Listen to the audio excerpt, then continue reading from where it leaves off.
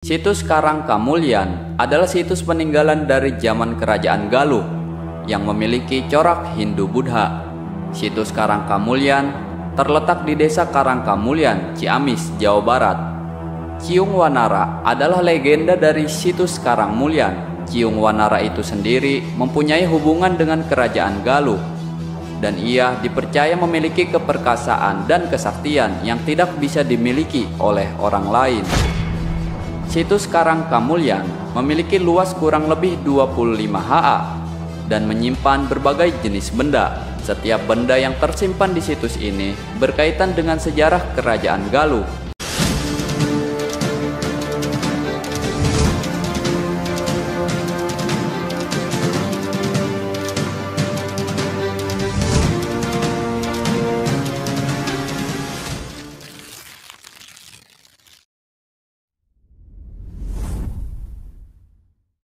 Sejarah nama Sunda pada Kerajaan Sunda. Berdasarkan fakta sejarah bahwa Kerajaan Sunda adalah pemecah dari Kerajaan Tarumanegara. Pada tahun 670 Masehi, peristiwa pemecahan itu terjadi.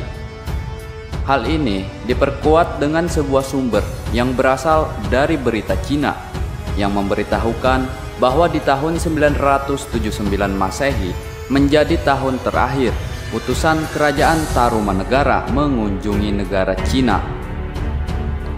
Di tahun 679 Masehi, Tarusbawa, raja pertama Kerajaan Sunda, memberikan mandat kepada bawahannya untuk memberitahukan informasi tentang pengangkatan dirinya sebagai raja di Kerajaan Sunda. Tarusbawa sendiri diangkat menjadi seorang raja pada tanggal 9 bagian terang bulan Jesta tahun 591 Saka.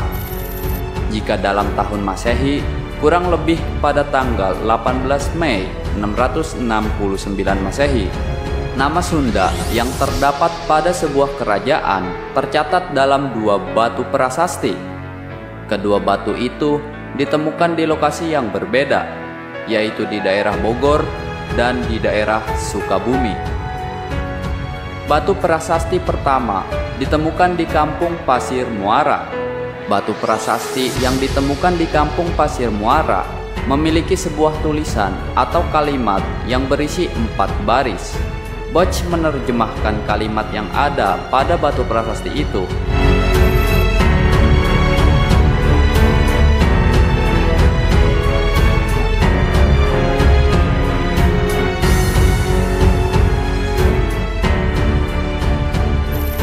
Untuk membaca angka tahunnya, dibaca dari kanan ke kiri, karena angka tahunnya memiliki corak sangkala. Dengan demikian, pembuatan prasasti tersebut pada tahun 458 Saka atau 536 Masehi. Dalam batu prasasti yang kedua, terdapat gambar sepasang telapak kaki gajah, dan pada prasasti itu terdapat tulisan yang berisi,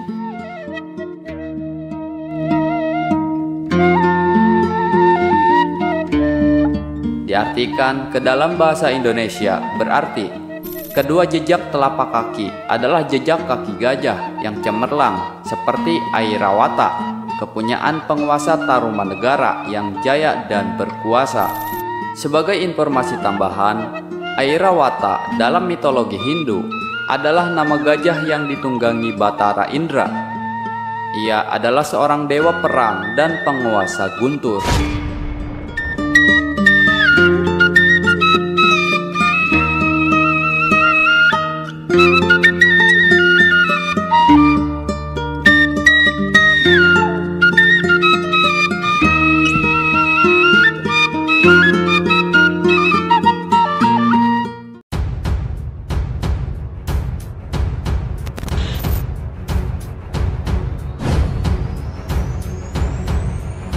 Seperti yang sudah dibahas sebelumnya, jika Kerajaan Sunda adalah pemecah dari Kerajaan Tarumanegara. Namun, sebagian orang belum mengetahui sejarah singkat pemecahan tersebut. Berikut sejarah singkat terbentuknya Kerajaan Sunda. Sebelum terjadi pemecahan, Kerajaan Tarumanegara dipimpin oleh Linggawarman. Ia menikah dengan seorang putri Indraprahasta yang bernama Dewi Ganggasari. Dari pernikahannya, mereka dikaruniai 2 orang putri. Pertama, Dewi Manasih. Putri kedua bernama Soba Kancana. Putri pertama Linggawarman yang bernama Dewi Ganggasari menikah dengan Tarusbawa dari Sunda. Sementara itu, putri kedua Linggawarman yang bernama Sobak Kencana menikah dengan Dapun Tahyang Sri Janayasa, pendiri kerajaan Sriwijaya. Dalam masa pemerintahan kerajaan Tarumanegara, hanya ada 12 orang yang memimpin kerajaan tersebut. Di tahun 669 Masehi, raja terakhir kerajaan Tarumanegara, yaitu Linggawarman, kedudukannya digantikan oleh menantunya sendiri yang bernama Tarusbawa. Tarusbawa sendiri berasal dari kerajaan Sunda Sambawa. Ia melihat pamor kerajaan Tarumanegara sudah mulai menurun. Karena hal itulah, Tarusbawa ingin sekali mengembalikan kejayaan dan keharuman seperti zaman Purnawarman yang kedudukannya di Pursaba, ibu kota Sundapura. Di tahun 670 Masehi, Tarusbawa mengganti kerajaan Tarumanegara menjadi kerajaan Sunda. Penggantian nama itu membuat Uretikadayun, pendiri kerajaan Galuh, memisahkan negaranya dari kekuasaan atau kepemimpinan Tarusbawa.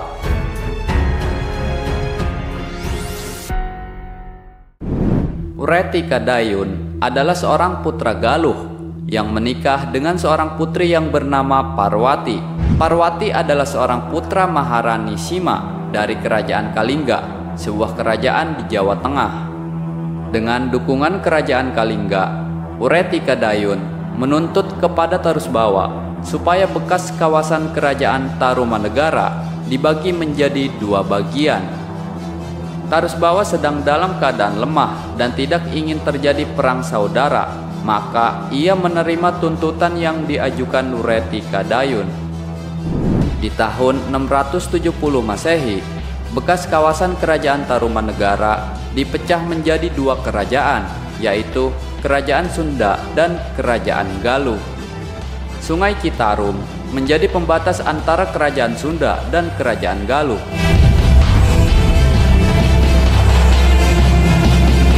Setelah terjadi pemecahan, Tarusbawa kemudian mendirikan atau membangun ibu kota kerajaan yang baru yang terletak di daerah pedalaman dekat hulu sungai Cipakancilan. Dalam carita Parahyangan, tokoh Tarusbawa hanya disebut dengan gelarnya saja, yaitu Yatitu Tohan di Sunda. Tarusbawa bisa dikatakan sebagai seseorang yang mencetuskan cikal bakal raja-raja Sunda. Masa pemerintahan kerajaan Sunda yang dipimpin oleh Tarusbawa hanya sampai pada tahun 723 Masehi. Putra dari Tarusbawa sudah wafat terlebih dahulu, sehingga putra-putri mahkota yang bernama Teja Kencana diangkat menjadi seorang anak dan ahli waris kerajaan. Suami dari putri inilah yang menjadi raja kedua dari kerajaan Sunda. Suami putri itu bernama Rakean Jamri, yang juga cicit dari Uretikadayun. Ketika menjadi seorang raja di kerajaan Sunda, Rakean Jamri dikenal dengan nama Prabu Harisdharma. Namun setelah ia berhasil menguasai kerajaan Galuh, nama Sanjaya lebih dikenal oleh banyak orang. Sebagai ahli waris kerajaan Kalingga, Rakean Jamri menjadi pemimpin kerajaan Kalingga Utara atau lebih dikenal dengan nama Bumi Mataram di tahun 732 Masehi. Sedangkan kekuasaannya di Jawa Barat diberikan kepada putranya yang berasal dari Teja Kencana yang bernama Tamperan atau Rakean Panaraban. Rakean Panaraban adalah kakak dari Rakai Panangkaran, putra Sanjaya dari Sudiwara Putri Dewi Singga, Raja Kalingga Selatan atau Bumi Sambara.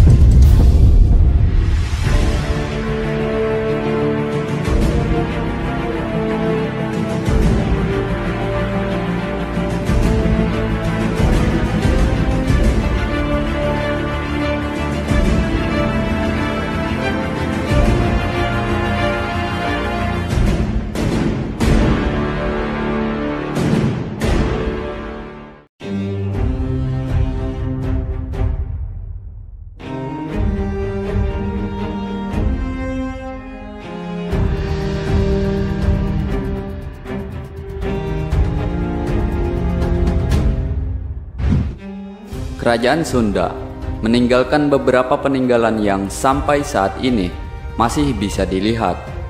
Mayoritas peninggalan Kerajaan Sunda berada di Tanah Sunda atau lebih dikenal Jawa Barat. Berikut beberapa peninggalan Kerajaan Sunda. Setelah pesan-pesan berikut ini.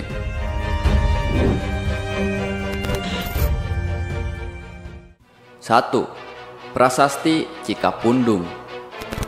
Pada tanggal 8 Oktober 2010, warga menemukan batu prasasti yang ditemukan di sekitar Sungai Cikapundung. Batu prasasti ini diperkirakan sudah ada sejak abad ke-14. Pada batu prasasti Cikapundung terdapat sebuah tulisan dengan huruf Sunda kuno dan gambar telapak tangan, telapak kaki, dan wajah.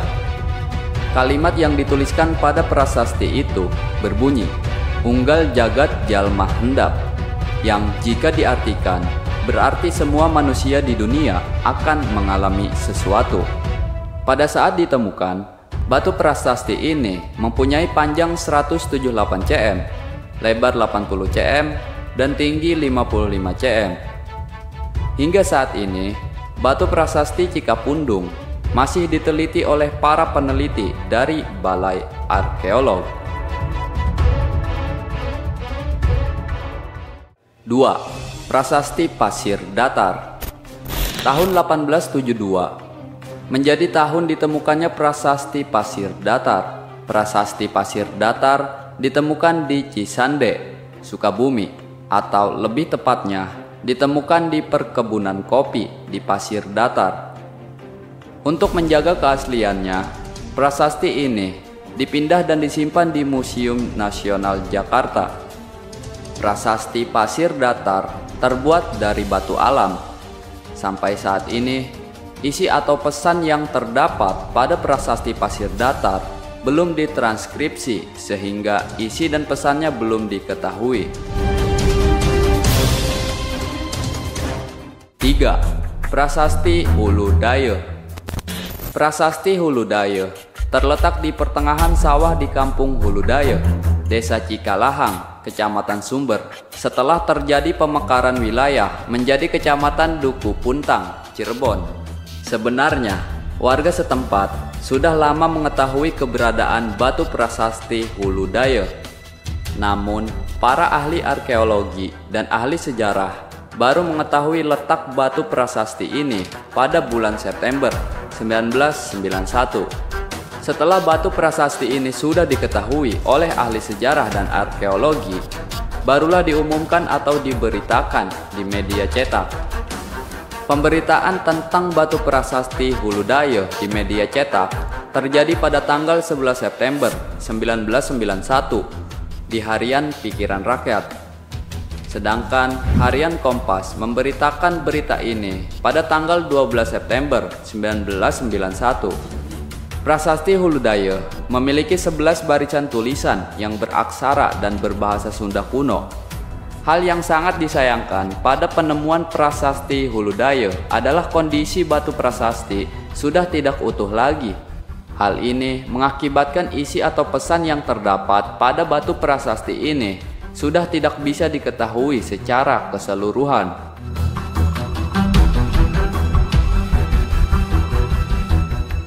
4. Prasasti Perjanjian Sunda Portugis. Prasasti Perjanjian Sunda Portugis memiliki bentuk seperti tugu batu dan ditemukan di Jakarta pada tahun 1918. Adanya prasasti ini sebagai sebuah tanda perjanjian Kerajaan Sunda dan Kerajaan Portugis. Perjanjian ini dibuat oleh utusan dagang Portugis yang berasal dari Malaka yang dipimpin oleh Enrique Leme. Perjanjian itu berupa Kerajaan Portugis membawa barang-barang untuk diberikan kepada Raja Samian, yaitu Sang Hyang Surawisesa. Tempat untuk membangun benteng dan gudang bagi orang Portugis adalah lokasi prasasti ini didirikan. Setelah sekian lama terpendam, prasasti ini ditemukan kembali oleh para pekerja bangunan ketika sedang melakukan penggalian untuk membangun pondasi gudang. Untuk menjaga keasliannya, prasasti ini dibawa dan disimpan di Museum Nasional Republik Indonesia. Sedangkan sebuah replika dari prasasti ini bisa dilihat di Museum Sejarah Jakarta. 5. Prasasti Ulu Belu.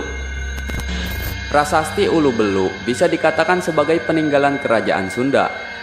Prasasti ini diperkirakan sudah ada sejak abad ke-15 Masehi, tahun 1936. Prasasti ini ditemukan di Ulu Belu yang berada di Desa Rebang Punggung, Kota Agung, Lampung. Meskipun lokasi penemuannya di Lampung, tetapi prasasti ini dianggap sebagai peninggalan kerajaan Sunda. Hal ini dikarenakan wilayah kerajaan Sunda tersebar sampai ke daerah Lampung. Sejarawan juga meyakini aksara yang digunakan pada prasasti ini adalah huruf Sunda kuno. Dengan pernyataan yang diungkapkan oleh sejarawan, semakin memperkuat kebenaran bahwa prasasti Ulu Belu adalah peninggalan kerajaan Jawa Barat. Prasasti Ulu Belu berisi tentang sebuah mantra permintaan tolong kepada dewa-dewa utama, yaitu Batara Guru atau Siwa, Brahma, dan Wisnu. Bukan hanya kepada dewa-dewa utama, tetapi dewa penguasa air, penguasa tanah, dan penguasa pohon, supaya menjaga keselamatan dari semua musuh. 6. Prasasti Kebon Kopi II. Prasasti Pasir Muara atau yang biasa dikenal dengan nama Prasasti Kebon Kopi II adalah peninggalan kerajaan Sunda. Dinamakan Prasasti Kebon II karena pada saat ditemukan, lokasinya tidak jauh atau hanya berjarak sekitar 1 km dari Prasasti Kebon Kopi I. Meskipun hanya berjarak sekitar 1 km, tetapi Prasasti Kebon Kopi I, Prasasti Tapak Gajah, bukan peninggalan kerajaan Sunda, melainkan peninggalan kerajaan Tarumanegara. Prasasti Kebon Kopi II ditemukan pada abad ke-19 dan lokasi penemuan Prasasti Kebon Kopi II terletak di Kampung Pasir Muara, Desa Ciraten Ilir, Cibung Bulang, Bogor, Jawa Barat. Sekitar tahun 1940-an, prasasti ini dinyatakan hilang. Namun pakar FD Kiboc sempat mempelajari batu prasasti ini dan mengungkapkan bahwa prasasti ini ditulis dalam bahasa Melayu kuno. Selain itu, pakar FD Kiboc mengungkap bahwa batu prasasti ini berisi tentang Raja Sunda menduduki kembali tahtanya sekitar tahun 932 Masehi. 7. Situs Karang Kamulyan. Situs Karang Kamulyan adalah situs peninggalan dari zaman Kerajaan Galuh yang memiliki corak Hindu-Buddha. Situs Karang Kamulyan terletak di Desa Karang Kamulyan, Ciamis, Jawa Barat. Ciung Wanara adalah legenda dari situs Karang Mulyan. Ciung Wanara itu sendiri mempunyai hubungan dengan Kerajaan Galuh, dan ia dipercaya memiliki keperkasaan dan kesaktian yang tidak bisa dimiliki oleh orang lain. Situs Karang Kamulyan memiliki luas kurang lebih 25 ha dan menyimpan berbagai jenis benda. Setiap benda yang tersimpan di situs ini berkaitan dengan sejarah Kerajaan Galuh. Sebagian besar benda-benda yang tersimpan berbentuk batu. Meskipun letak batu-batu ini berdekatan, tetapi tersebar dengan bentuk yang berbeda-beda. Semua batu yang ada di situs Karang Kamulyan berada di dalam sebuah bangunan. Bangunan itu mempunyai struktur yang terbuat dari tumpukan batu dengan bentuk yang tidak jauh beda. Selain itu, dengan sebuah pintu yang dipasang pada struktur bangunan ini, maka sekilas bangunan ini menyerupai kamar. Setiap batu yang tersimpan di situs Karang Kamulyan mempunyai nama-nama yang khas, serta di dalam batu-batu itu tersimpan kisah-kisah yang menarik. Nama-nama yang terdapat pada setiap batu berasal dari masyarakat sekitar yang suka dikaitkan dengan kisah atau mitos tentang Kerajaan Galuh. Kesimpulan, sebelum menjadi kerajaan yang berdiri sendiri, Kerajaan Sunda masih di bawah kekuasaan Kerajaan Tarumanegara.